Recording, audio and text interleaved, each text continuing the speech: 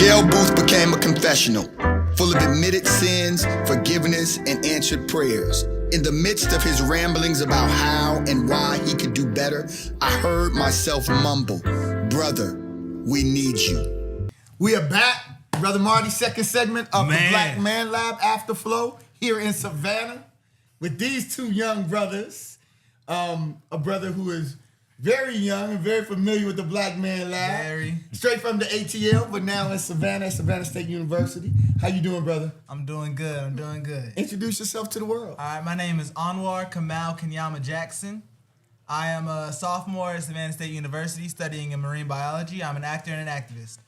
And one of our own. I am Black Man Lab raised. That's right. Indeed. And look, y'all saw he said all his names, right? Right. That's when you know a young brother is confident when he can say all his names. Right. Brother, introduce yourself, man. Okay, well, I will say all my names too. My name is Jonathan Lawrence Manning. I'm a hedge fund manager at Commodities and Futures, and I'm a business owner here in Savannah, Georgia. And where'd you go to undergrad? Georgia Tech. And you know, they always do this. When I'm in Savannah, they say, "What high school did you go to?"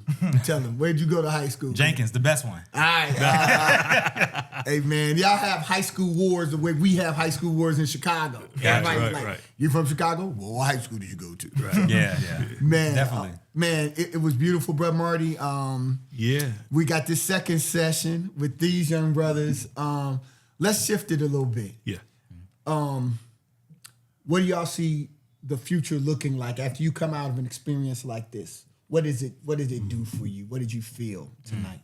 Man, I'm fired up, man. Like, I think coming in, I didn't know what to expect. I knew it was about, voting and, black men and kind of their opinion on it, but I didn't really know fully what to expect. But man, after sitting in and hearing the brothers talk, man, I want to go out and run through a wall. I want to bring some people, pass out flyers, like bring folks to, register to vote. Just because it's one of those things where you do kind of know to vote, but I think this inspired me to get other people to vote too, right? And I think for a long time for me, it was like, okay, well, I know what to do. I'm gonna do the right thing. But I feel like it's not just about me doing the right thing; it's about I was doing the right thing. So. Indeed. What are you feeling, man? Well, you get this. You've been in the Atlanta space, right? Now we're here in Savannah. That's what I was gonna say. Believe it or not, I was quite the opposite of what you originally said. I knew what I was getting into, but I didn't know what the discussion was today. Okay. So, for one, I love to see the Black Man Lab out of, I said, its natural habitat. You know what I mean? Like where it was formed, where it was created. I love to see it grow and reach out, especially into the city that I'm living in now. And I think the most important thing that I've seen today was how many people were in there.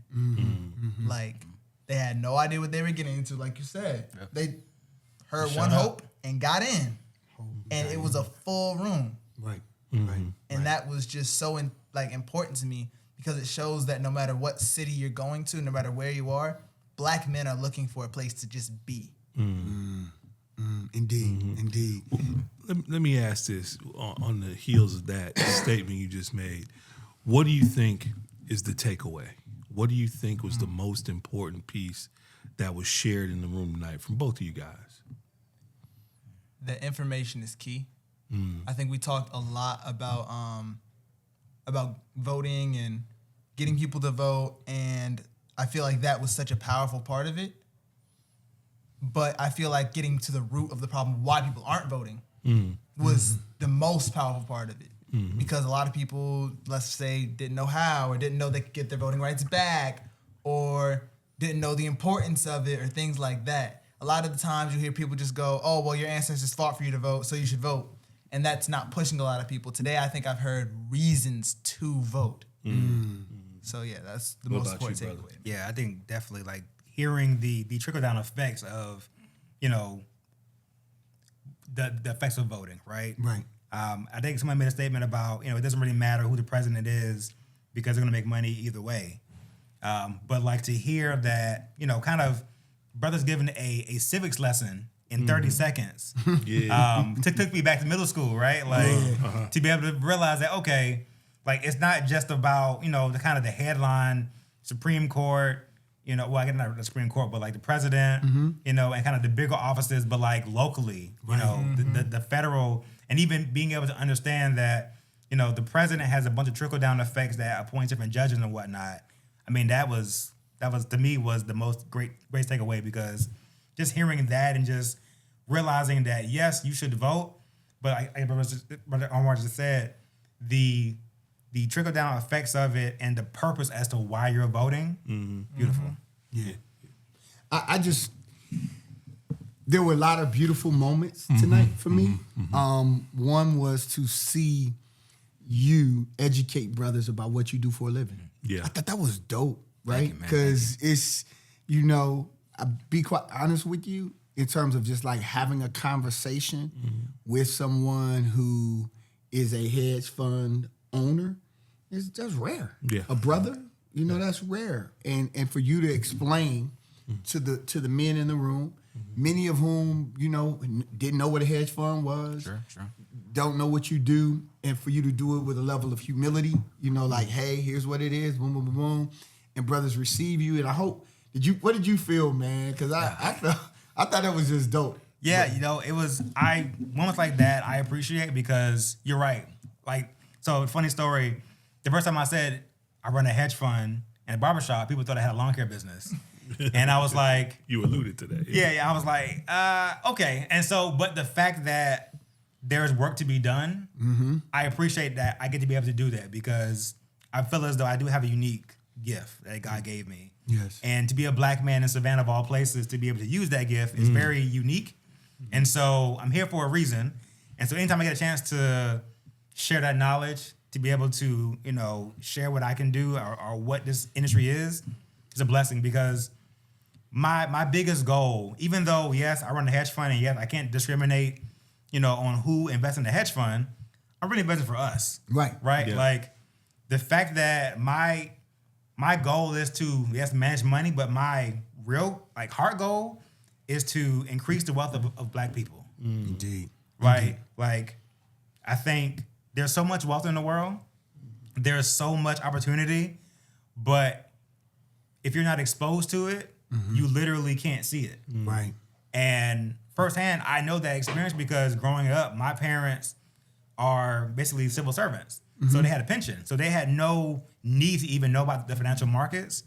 And so now that I have this knowledge, I'm like, no, I got to go share it. Indeed. And so sometimes I kind of do hold back. I'm like, you know, like earlier I just said, hey, I'm a business owner, right? Because I don't really want to come across as like, oh, you got a hedge fund and blah, blah, blah, blah, like you're better. But so I kind of hold back some. But when y'all encourage me to, you know, share, I appreciate it, because I definitely do want to do that. And I'm always trying to balance the line of how to present something new, but do it in a way that doesn't offend folks, that makes it opening, I guess, welcoming to folks to understand. Yeah. And I think what was really impactful in that piece of him being able to share was the brother who's the teacher. Yeah. Who said, man, I got to talk to you how you come talk to my kids. Fifth grade teacher. Fifth grade teacher. Y'all, fifth grade teacher. So imagine he's going in, giving that kind of information to some fifth graders and empowering them at that age, some young brothers. Imagine what that could look like, 10 years down the line. Yeah, and I want more, like, because this industry is made up of generally older white gentlemen. Right. And the fact that, I would love for more black brothers to go out and do what I do, because we need that. Sure. It needs to be more of a diverse, industry. Absolutely. My brother, I'm coming back to you, man, because you were raised an activist. Your grandparents, your parents, you all are a family of activists and builders. And when I saw you today with a group of young brothers, I said, did my boy bring them? Did you organize those brothers to come with you? Talk about, how you see yourself as an organizer and an activist, and trying to pull brothers to this space and what that felt like tonight. All right, so I would say most importantly when it comes to everything, and yes, I did help bring those brothers here, but Dope. I would actually credit a lot of getting them here to Dr. Jordan. Mm-hmm. Dr. J, Dr. Carolyn Jordan, salute. Amazing, beautiful woman. She's Amazing. Yeah. a great person to meet. But she's the head of the honors program over at Savannah State University. And those brothers that you saw out there are all honor students. Oh, wow. Wow. And so when we had the meeting, she called me in for the meeting and she was like, hey, we're trying to get Black Man Lab down here. Need your help. I said, all right, let's go, no matter what. And one of my brothers, Darren, he showed up in the meeting. And so it was very important to me that certain people were in the room at the time of planning. I've learned when it comes to activism and a lot of things, starting with a small collective group with one mind is highly important. Because what happens a lot of time, we get lost in the sauce, we lose the vision before we throw it out to everybody. Right. Once you get everything solid, then you can throw it out to everybody. I mean, I think that's the most important part when it comes to truly acting instead of reacting. Indeed. Brothers, we're gonna wrap up, but we want you all to close by just speaking into that camera, telling young black men, you know, here you are, you're a college student, you're a graduate, the importance of education. Speak a word of encouragement to our brothers, some who will see this, who are behind the walls. They'll see this, right? Speak to them. Let them know how you feel, that there is love out here for us. I think for education, I mean, that's how I feel like through education, I changed my entire life. I think because I didn't come from folks that knew about financial markets. I didn't go work at a hedge fund and then start my own hedge fund. I taught myself how to do it, but I did it out of necessity. I was working a corporate job, and you say about being behind the wall. You're maybe in a bad situation, and I'm not comparing me working a corporate job as being behind prison. But what I'm saying is we can be captive in different spaces. Though. I understand. I was captive at a big law firm. I was captive, and then we had to break free. Exactly. And I wanted a way. I felt like my life had more meaning than what I was doing at that corporation, and I wanted a way to be able to express myself.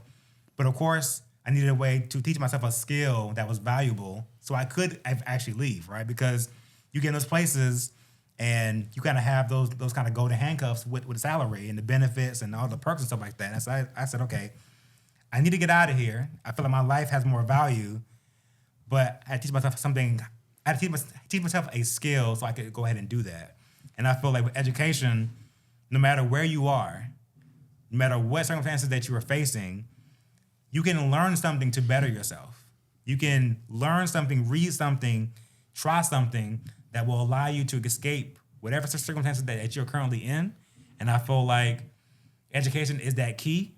And so persevere towards it, right? Yeah. Figure out what your why is. Figure out what you want to do. Figure out, your purpose or your goal in life and go for it. Because you only get one life, right? Yeah.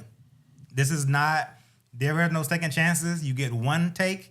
That's that. And so essentially, do you really want to be on your deathbed with regrets, right? Take your shot. Nobody really cares about, the accomplishments at the end of life. They may have done some great things, but the things that really eat at people, if you go to like a retirement home and talk to folks that are like 80, 90 years old, they may tell you a little bit about their wins, but the biggest thing is, their regrets. And I wish I would have did that. I wish I would have spent more time with my kids or my wife. I would have, those things. Those are the things that will eat at you.